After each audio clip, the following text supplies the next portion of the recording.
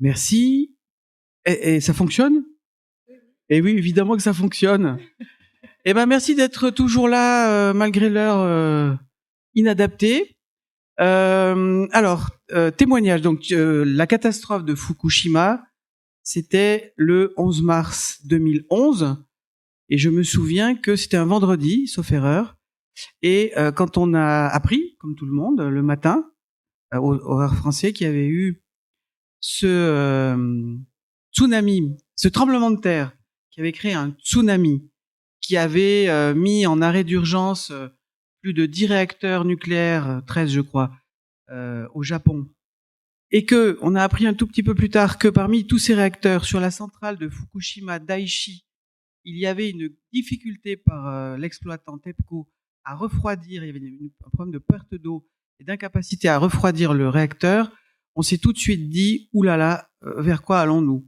Donc on a rédigé avec Corinne, je ne sais pas si elle est là, un communiqué. C'était pas exactement un communiqué, c'était un mot à nos adhérents, aux adhérents de la CRIRAD. On a envoyé un mail, il me semble, à l'époque, pour mettre un peu les gens en alerte en disant on ne sait pas ce que ça peut donner, parce que l'expérience montre, évidemment, ça tout le monde, quand on connaît un peu les réacteurs nucléaires, on sait très bien que refroidir un réacteur nucléaire, même lorsqu'il s'est mis en arrêt, c'est absolument vital, sans quoi, si on n'arrive pas à rétablir le refroidissement, eh bien le cœur peut fondre. Et là, on s'est trouvé à vivre, je vais pas dire en direct, mais quasi. En plus, avec le décalage horaire France-Japon, c'était vraiment, c'était complètement insupportable. Alors évidemment, ce qu'on a vécu nous dans l'équipe, c'est rien du tout par rapport à ce qu'ont vécu les populations japonaises. Je mets pas les choses au même niveau, mais ça a été vraiment très difficile pour toute l'équipe. Julien en parlera après sur la partie qu'a fait la CRIRAD en France, pour arriver à se tenir au courant, à ingurgiter toutes ces informations, la barrière de la langue, un pays qu'on connaissait pas trop, et essayer de contribuer à donner à la population japonaise japonaise, les gens vivant au Japon, japonais ou parfois des Français vivant au Japon, tenter de leur donner des informations un peu critiques sur la dangerosité extrême de ce qui était en train de se passer, puisque on a su petit à petit dans les jours qui ont suivi qu'en réalité 3 réacteurs nucléaires de la centrale de Fukushima Daiichi vont être en situation gravissime, puisque dans 3 cas, on saura un peu après qu'il y a eu fusion du cœur, et donc explosion d'hydrogène, fusion du cœur, des rejets radioactifs massifs.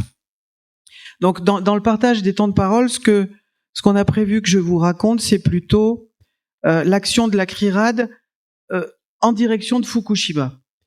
Donc cette action a consisté à tenter d'aider des citoyens japonais qui souhaitaient mettre en place des moyens de mesure indépendants. Ils étaient confrontés. Alors parmi eux, on a travaillé en particulier avec un pianiste qui s'appelle Wataru Iwata. On a travaillé avec d'autres gens d'ailleurs aussi. Et leur idée, c'était d'avoir des moyens de mesure des compteurs Gégère. Or, il y avait une pénurie de compteurs Gégère. Donc, à partir du moment où on a compris, ça a duré quelques jours, même un peu plus, qu'on pouvait collaborer avec les citoyens japonais, même si on les connaissait pas, on a commencé à envoyer, je dirais, une dizaine d'appareils de mesure à l'équipe de Wataru Iwata. Alors, c'était des compteurs Gégère grand public, comme le Quartex Radex, ou des appareils professionnels. Et on a tourné en urgence, un samedi, des vidéos pédagogiques. Alors, il me semble que c'était en anglais, forcément, pour donner des éléments d'information aux citoyens qui n'étaient pas spécialistes de la radioactivité. Comment se servir d'un appareil ? C'est quoi les risques d'irradiation externe, de contamination interne ? Et ça a permis...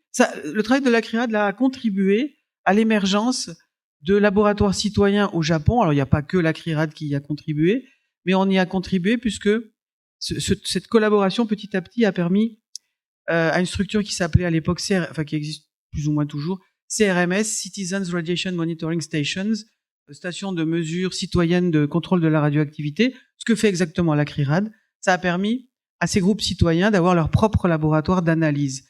Et je dois dire que pour nous, en tant que labo CRIRAD, j'étais pas là à l'époque, mais je dis quand même pour nous, pour la CRIRAD, qui est née finalement de soutien de vrais scientifiques, physiciens nucléaires et autres, qui ont aidé les collègues à l'époque à la CRIRAD qui n'étaient pas des spécialistes de la mesure, que nous, à notre tour, nous puissions rendre la balle, c'est pas tout à fait le mot, mais contribuer aussi à aider de simples citoyens qui, comme nous, se sont pris les retombées, nous, de Tchernobyl dans la figure, eux, de Fukushima, c'était vraiment quelque chose symboliquement d'assez fort.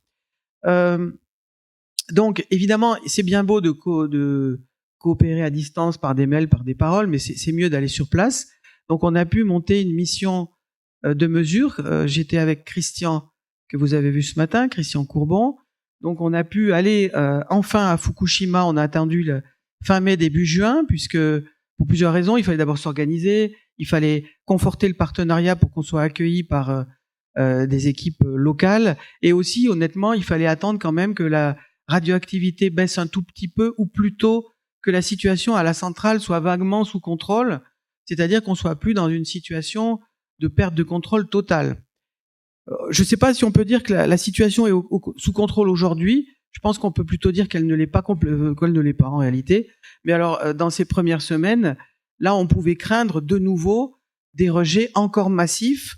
Et d'ailleurs, le Premier ministre de l'époque, Naoto Kan, a envisagé l'évacuation de Tokyo plusieurs jours largement après le début de la catastrophe, d'une partie de la catastrophe, parce qu'il a craint non pas seulement que les réacteurs fondent, ce qui a été le cas, mais que des piscines contenant des déchets hautement radioactifs et très dangereux, et qui ne sont pas aussi sécurisés que les réacteurs, que ces piscines perdent totalement leur capacité de confinement, perdent de l'eau, et que là, on ait des réactions exothermiques de destruction des combustibles irradiés et de rejet encore plus massif dans l'environnement, qui aurait pu effectivement justifier l'évacuation de Tokyo. Donc, on a pu, avec Christian, aller sur place, et là... allez. Là, ce qu'on a vécu, c'était vraiment... C'était vraiment extrêmement traumatisant, parce que franchement, déjà vous atterrissez à l'aéroport, vous allumez vos compteurs, ça crache de partout. Plus vous montez vers le nord, Fukushima Daiichi c'est au nord, plus vous montez en distance après quelques jours, plus la radioactivité est forte. Et là, vous voyez des gens qui vivent normalement, quoi. Ils sont au milieu de leur champ, ils vont à l'école, dans des niveaux de radiation. Je suis désolée, ça m'énerve. Dans des niveaux de radiation qui sont invraisemblables. C'est-à-dire que nous, beaucoup de gens dans la salle ont vécu la désinformation de Tchernobyl, mais je veux dire, on était quand même en France, on a été bien contaminé, mais c'est loin. Mais là, on est en plein milieu d'une catastrophe nucléaire qui est toujours en cours, et on voit les gens dans les écoles de la ville de Fukushima, qui est pourtant, je crois, à 60 km de la centrale. Les enfants, ils sont dans des écoles extrêmement contaminées. Il y a des niveaux de radiation qui sont tels qu'il faut les changer de place par rapport à la position du côté de la fenêtre, parce qu'évidemment, comme le sol est contaminé, les rayonnements gamma très puissants qui sont émis par le césium-137 traversent les murs, traversent les vitres, ils traversent un peu moins les murs que les vitres. Donc l'enfant qui est du côté de la vitre reçoit une dose plus forte que celui qui est au milieu de la pièce. Enfin, non, mais des choses complètement délirantes, quoi. Et voir que dans un pays équivalent à la France, évidemment, en termes de développement culturel, développement économique, développement technologique, qu'on pouvait revivre un niveau de... C'est pas pareil que Tchernobyl, hein, mais un niveau de désinformation comme ça, faut vraiment... faut vraiment aller voir pour se dire, mais c'est possible de vivre des choses pareilles. Alors, bon, je vais pas être trop long, mais par exemple... Je sais pas, ce maraîcher, on était à plus de 100 km au sud de Fukushima, ce maraîcher qui cultive sa terre et on lui montre qu'elle est radioactive, et Christian fait un trou et on montre au maraîcher que la radioactivité au fond du trou est bien plus faible qu'à la surface. Donc il comprend, le maraîcher, que cette radioactivité s'est déposée à la surface de la terre, et il comprend que s'il avait une machine pour racler, allez, admettons 10 cm de terre, il décontaminerait son immense lieu de maraîchage, mais il sait très bien que c'est pas possible. Et que de toute façon, qu'est-ce qu'il ferait de la terre? Aujourd'hui, d'ailleurs, il y a 14 millions, je crois, de mètres cubes de terre contaminée dont le gouvernement japonais ne sait pas quoi faire, ou plus exactement, qu'ils vont... là, je parle peut-être de ce que tu vas aborder. Non, qu'ils prévoient, c'est déjà en cours, de recycler de la terre contaminée par le césium-137 qui a une demi-vie de 30 ans et qui va être recyclée pour faire des routes. y compris d'ailleurs sur des terres agricoles, parce que la catastrophe nucléaire, c'est évidemment complètement ingérable. Pour abréger, parce que je me rends pas compte du temps. Ah d'accord. Donc, on a eu la chance d'être accompagné par un réalisateur qui s'appelle Éric Guéret, dont vous avez sûrement entendu parler. Il n'a pas valorisé les images qu'il a fait, parce qu'il a pas pu, il a été sur d'autres projets, mais on en a valorisé quelques-unes dans un film produit par la CRIRAD qui s'appelle Invisible retombée. On a mis en ligne sur la chaîne YouTube il y a déjà peut-être 10 ans, je sais plus, et qui contient quelques-unes de ces séquences qui permettent de toucher du doigt vraiment ce qui se passe avec des témoignages de citoyens qui ont été confrontés à tous les problèmes que pose cette radioactivité. Je pense par exemple à cette grand-mère qui vivait à la zone de 30 km, qui avait donc été évacuée de force par rapport à la phase d'urgence, mais au bout de quelques semaines, elle pouvait techniquement y revenir, alors que la radioactivité était très forte dans sa parcelle. Donc, elle nous a demandé d'aller faire des mesures. On a fait des mesures avec Christian, et surtout, on lui a montré avec les appareils le bruit, les chiffres qui montent en flèche. Elle a vu, elle a compris, elle a senti, elle a objectivé cette radioactivité qui était partout sur son territoire. On lui a montré qu'au pied de la gouttière, c'était plus radioactif, et on lui a expliqué, c'est parce que ces métaux radioactifs dont la radioactivité est invisible, sont venus par le ciel, ils sont tombés sur le toit, et donc s'il a plu, évidemment, on en retrouve plus dans la terre au pied de la gouttière. Enfin, tous ces éléments, traduits évidemment du français, de l'anglais au japonais, lui ont permis de comprendre, et là, elle nous a dit un truc, moi, qui m'a fait comprendre vraiment l'utilité de la CRIRAD. Elle a dit, j'étais dans l'obscurité, merci d'être venu d'aussi loin, vous nous apportez la lumière. Alors je dis ça sans aucune prétention, on lui apporte évidemment pas la lumière, mais ce qu'elle voulait dire, c'est que le fait qu'elle arrive à intellectualiser, à s'approprier cette contamination invisible, d'après ce qu'elle nous a dit, ça l'a aidé. Alors, ça l'a aidé, ça l'a pas vraiment aidé tant que ça, parce que de toute façon, ces démarches en justice contre TEPCO pour obtenir des indemnisations n'ont pas abouti, et d'après les nouvelles qu'on a prises il y a pas longtemps, elle était devenue un peu, enfin bon, comment dire, un peu de démence. Mais bon, en tout cas, ce que les citoyens vivant au Japon, japonais ou pas japonais, ont vécu à ce moment-là, c'est des choses c'est complètement invraisemblable. Des gens ont été évacués vers des zones qui s'avéreront plus radioactives que celles d'où ils étaient partis, par exemple. Enfin, on voit bien ce que c'est une catastrophe nucléaire quand on est un peu... Enfin, on n'était pas au cœur, on n'était pas au moment où ça a commencé, mais quand on va s'approcher un peu du problème, on se rend compte que c'est complètement ingérable. Et je pense que Kurumi nous en parlera aussi sur la situation que vivent les populations aujourd'hui. Alors pour vous remobiliser un petit peu, une petite question pour vous. Donc Bruno, lors de sa mission à Fukushima, a participé à un point presse le 30 mai 2011 et il a demandé à TEPCO comment fonctionnait le réseau de surveillance de la radioactivité de l'air à proximité de la centrale de Fukushima Daiichi. Le représentant a reconnu que, par manque de personnel, la surveillance n'était effectuée qu'une partie de la journée. Alors à votre avis, la surveillance était effectuée 20 heures par jour, 2 heures par jour ou 20 minutes par jour? Qui dit 20 heures? Levez la main. Vous n'y croyez pas, hein. Qui dit 2 heures par jour? Qui dit 20 minutes par jour? Bruno, est-ce que tu peux répondre?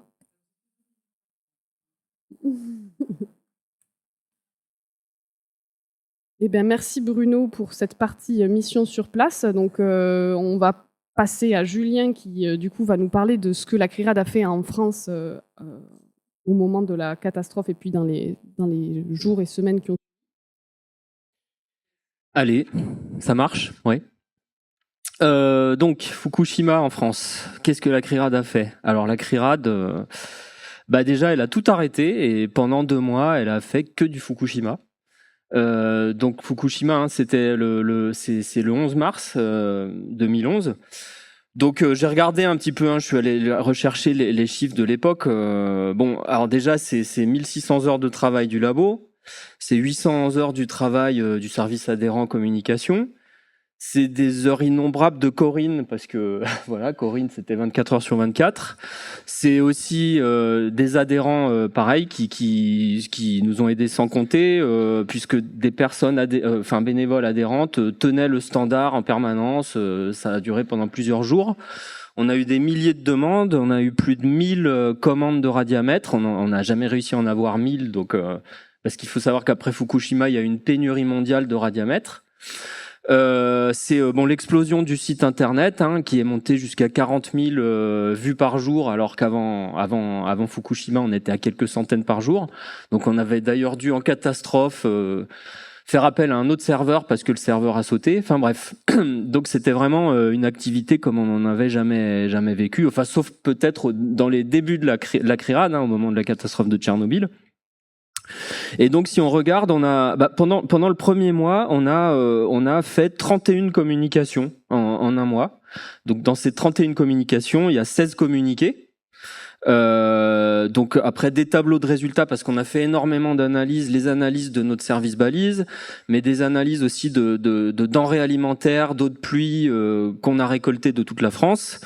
Des notes d'information sur pour expliquer aux Français que faire en France, c'est-à-dire est-ce qu'il faut paniquer ou pas, mais aussi un certain nombre de notes d'information et de communiqués qu'on a traduits en japonais et en anglais parce qu'on s'apercevait qu'au Japon il y avait un manque cruel d'informations. Ça a été aussi une pétition, j'en parlerai un petit peu plus tard, une pétition qui a été traduite en 20 langues, qui a récolté plus de 50 000 signatures pour demander l'accès à des données. Voilà, donc bref, on s'est pas ennuyé. Et donc avant que je vous explique un peu plus concrètement ce qu'on a fait, si tu veux poser une petite question, Marion. Alors, question. On va être sûr que vous soyez attentifs. L'Institut de recherche et de sûreté nucléaire, donc qui est l'expert officiel qui était, puisque maintenant il a fusionné avec l'autorité de sûreté nucléaire, donc qui était l'expert officiel de l'État en matière de recherche et d'expertise sur les risques nucléaires et radiologiques, ne publie à l'époque de Fukushima que les résultats de l'iode particulaire, c'est-à-dire l'iode pouvant se déposer sur les filtres à particules, c'est-à-dire pas l'iode gazeux. En faisant cela, elle a sous-estimé l'activité de l'iode présente dans l'air d'un facteur, alors c'est là que vous participez, d'un facteur 2, d'un facteur 5 ou d'un facteur 10. Qui dit facteur 2 ? Facteur 5. Facteur 10. Et voilà, vous vous êtes fait avoir. Ouais, donc ça va venir un petit peu après. Voilà, je vous explique, je vous laisse un peu patienter. Donc alors concrètement, qu'est-ce qu'on a fait ? Alors plus spécifiquement en France, mais avant de partir sur la France, je veux dire un mot de cette pétition. Donc on s'est aperçu assez rapidement qu'il existait en fait, c'était très très compliqué au début d'avoir des données. Donc il y avait un certain nombre de données qui arrivaient au compte-gouttes du Japon, mais évidemment, la contamination de l'air était telle que évidemment cette contamination allait se répandre sur toute la Terre. Donc on voulait avoir des données au niveau international. Et donc on a creusé pour voir ce qui existait, et il s'avère qu'il existe un réseau, le réseau du CTBTO. C'est un réseau international qui a été créé suite au traité international d'interdiction des essais nucléaires. Et donc pour vérifier que ce traité soit bien appliqué, tous les États membres ont déployé sur la Terre entière des stations de mesure de radioactivité, mais aussi de séisme, parce que quand vous faites un essai nucléaire souterrain, ça engendre un séisme. Donc bref, il y a tout un réseau mondial officiel qui existe, qui fait ces mesures. Petit problème, les données de ce réseau ne sont pas accessibles au public. Donc suite à Fukushima, on avait des mesures au Japon, en Asie, en Amérique du Nord, en Amérique du Sud, partout, en France, en Europe. Impossible d'avoir accès aux données. Donc, c'est dans ce contexte-là que la CRIRAD a lancé une pétition pour demander l'accès aux données du CTBTO. Et donc cette pétition, a eu pas mal de succès. On a vraiment, on s'est efforcé de la traduire, dans le monde entier parce que le monde entier avait besoin de ces résultats. Et puis surtout, donc on n'a pas réussi à obtenir beaucoup de données. Il y en a eu un certain nombre parce que certains instituts officiels, notamment en Allemagne, ont réutilisé des données venant du CTBTO. Et on voit très bien l'importance de cette transparence, puisque par exemple les données diffusées en Allemagne ont montré que les données officielles diffusées par les USA sous-estimaient fortement la contamination en Californie, par exemple. Voilà, donc je vais pas plus loin sur ça puisque c'est pas la France, c'est c'est le monde. Mais donc si on fait un zoom sur ce que la CRIRAD a fait en France, alors il y a eu vraiment en fait c'est parti un petit peu dans tous les sens. Donc il a fallu notamment par exemple rassurer sur la question de l'irradiation externe parce qu'on a reçu des dizaines de fausses alertes en fait de personnes qui nous disaient j'ai un compteur Gégère, j'ai vu un pic, est-ce que c'est dû à Fukushima? Donc il a fallu analyser l'ampleur de la contamination pour expliquer que non, en fait, non, les niveaux d'irradiation, c'est-à-dire le rayonnement émis directement par les masses d'air contaminées, n'étaient pas suffisamment élevés pour faire déclencher des compteurs Gégère en France. Tchernobyl, en France, ça faisait déclencher des compteurs, pas Fukushima. Les niveaux étaient beaucoup plus faibles. Mais voilà, donc ça, c'est pas simple à expliquer, donc il a fallu l'expliquer. Ensuite, donc on en vient au fameux réseau de balises, aux mesures diodes particulières, diodes gazeux. Donc la CRIRAD, depuis le début des années 90, elle gère un réseau de stations de surveillance de la radioactivité atmosphérique. Et donc ce réseau, grâce à ce réseau, il a deux niveaux de contrôle. Il fait des mesures en direct qui détecteraient vraiment une contamination massive. C'est-à-dire que si on avait Tchernobyl aujourd'hui, les balises détecteraient en direct la contamination liée à Tchernobyl en France. Mais les masses d'air contaminées par Fukushima, le niveau de contamination était à peu près 100 à 1000 fois plus faible que Tchernobyl en France, donc c'était pas suffisant pour faire détecter les mesures en direct. Par contre, avec ces balises, on a la possibilité de faire des analyses a posteriori de l'air qui a été des filtres qui ont piégé les particules et qui ont piégé les gaz au moment du prélèvement. Et donc c'est ce qu'on a fait au moment du passage, disons, des masses d'air contaminées de Fukushima. Pendant des semaines, on a fait des analyses précises de la contamination gazeuse et particulière dans l'air. Et très rapidement, en fait, les premiers qui ont communiqué sur une contamination de l'air en France, c'était l'IRSN, parce que l'IRSN a aussi évidemment un réseau de balises officielles. Le problème, c'est que l'IRSN n'a communiqué que sur l'iode particulière. Et les mesures faites par la CRIRAD, et tout en disant, en faisant pas la différence, en disant voilà, il y a tant d'iode dans l'air en France. Et donc en fait, les mesures faites par la CRIRAD ont montré que c'était complètement sous-estimé, puisqu'en gros, 80% de l'iode était de l'iode gazeux. Donc ça veut dire qu'en communiquant juste sur l'iode particulière, vous sous-estimez d'un facteur 5. Voilà la réponse. Voilà. Donc voilà, la CRIRAD a communiqué dessus, et il se trouve qu'on s'est intéressé pour la petite histoire à cette question parce qu'on s'était rendu compte qu'au Japon c'était pareil. C'est-à-dire qu'il y avait des chiffres très alarmants, notamment au niveau de Tokyo, de plusieurs dizaines à centaines de becquerels par mètre cube, mais on s'apercevait que c'était uniquement des données particulières. Et donc on a commencé à dire attention, c'est fortement sous-estimé, parce qu'il y a probablement aussi une composante gazeuse, ce qui s'est avéré en France. Voilà, donc pour cette partie-là. Ensuite, je sais pas combien de temps il me reste. C'est fini. Donc, juste voilà, en deux mots, dire qu'on a aussi fait beaucoup de denrées alimentaires, et on a par exemple pu mettre en évidence le fait que le lait de brebis était beaucoup plus contaminé que le lait de chèvre, qui était lui-même plus contaminé que le lait de vache. On avait pu faire des mesures au même endroit en Ardèche sur ces différents laits. Donc les niveaux en France étaient très en dessous, ne nécessitaient pas de mesures de précaution, sauf peut-être pour les personnes qui consommaient de l'eau récoltée, de l'eau de pluie directement, ce qui est rare. Mais voilà, les niveaux étaient pas du tout les mêmes que ceux du moment de la catastrophe de Tchernobyl. Merci Julien. Nous allons donc passer à la situation à Fukushima aujourd'hui avec Kurumi.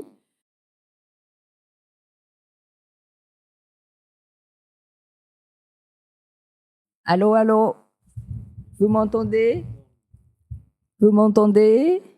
Ok, désolé. Donc on commence. Alors je commence avec l'évolution de zonage. Donc, alors à gauche, vous voyez les premiers zonages après l'accident qui a commencé le 11 mars. Alors je dis bien commencé parce que l'accident est toujours en cours. Alors, d'abord, les zones d'évacuation sont définies sous forme concentrique. D'abord, à 2 km autour de centrale de Fukushima, et puis 20 km entre le 11 et 12 mars. Entre le 20 km et 30 km, ce sont des zones de confinement.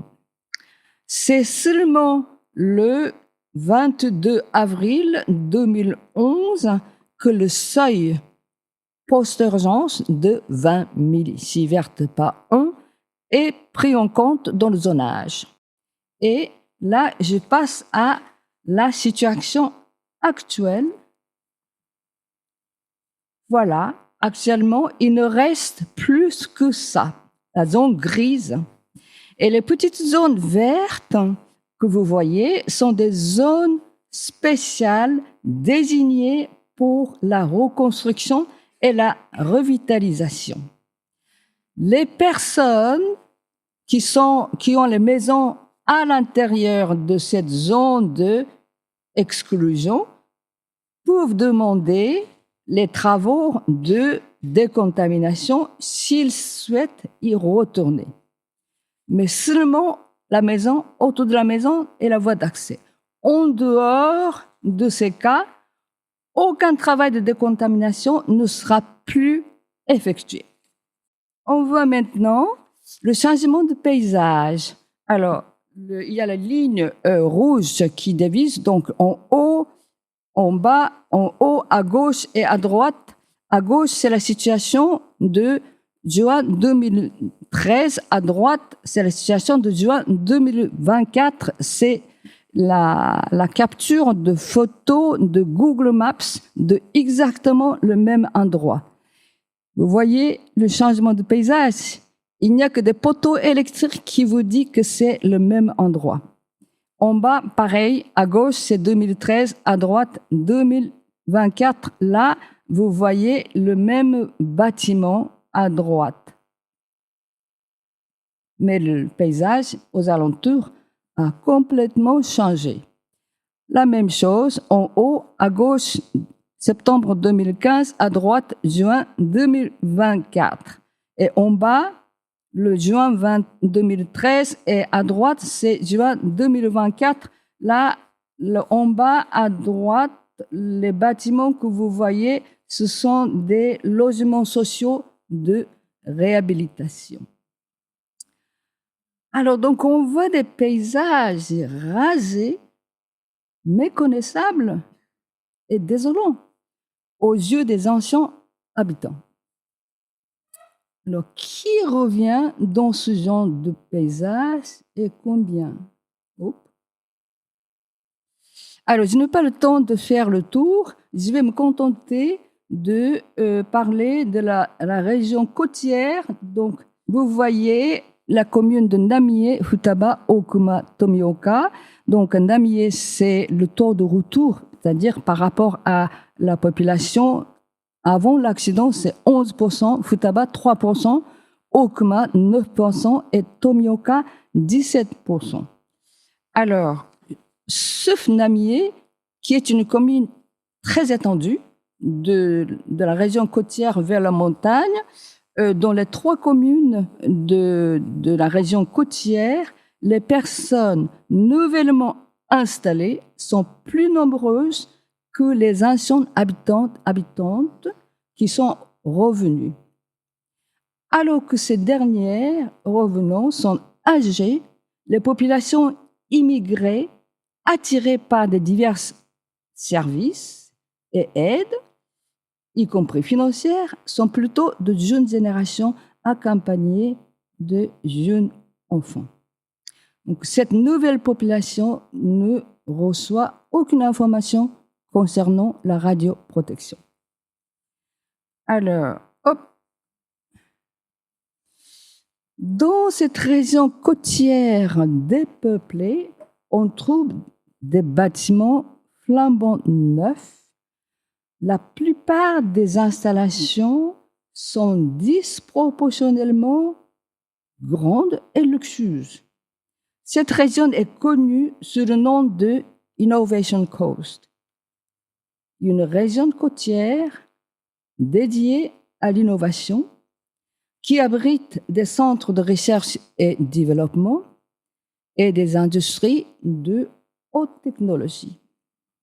Alors, je vais présenter le cas, soyons prudentes, de cette école, cette photo que vous voyez à droite en bas, comme un exemple type d'établissement, pour montrer également les mesures mises en place pour attirer des nouveaux habitants accompagnés de jeunes enfants. Hop. Il s'agit de l'école municipale d'Okma pour les enfants âgés de 0 à 15 ans. Et cette école est située à moins de 8 km de la centrale accidentée de Fukushima, dont l'état demeure toujours très précaire. Vous voyez l'immensité et l'aspect très luxueux de cet établissement. À l'intérieur, pareil, c'est frappant. Ça a l'air très sympathique, n'est-ce pas?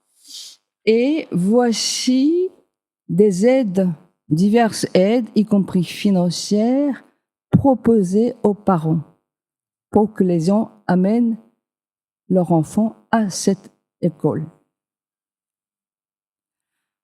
Alors, comme conclusion, à mon avis, cette vitrine de reconstruction, elle est en rupture totale avec ce qui existait avant. Alors, si tel est le cas, on se demande à qui la reconstruction est destinée. Compte tenu de la série de violations des droits de l'homme commises à l'encontre des populations, l'objectif de cette approche de reconstruction n'est certainement pas pour venir en aide à la population. Il s'agit plutôt de sauver le prestige de l'État japonais et de renforcer l'industrie nucléaire japonaise et internationale et proclamer qu'il est possible de se remettre d'un grave accident nucléaire et que l'humanité est désormais capable de vivre avec la radioactivité. Merci.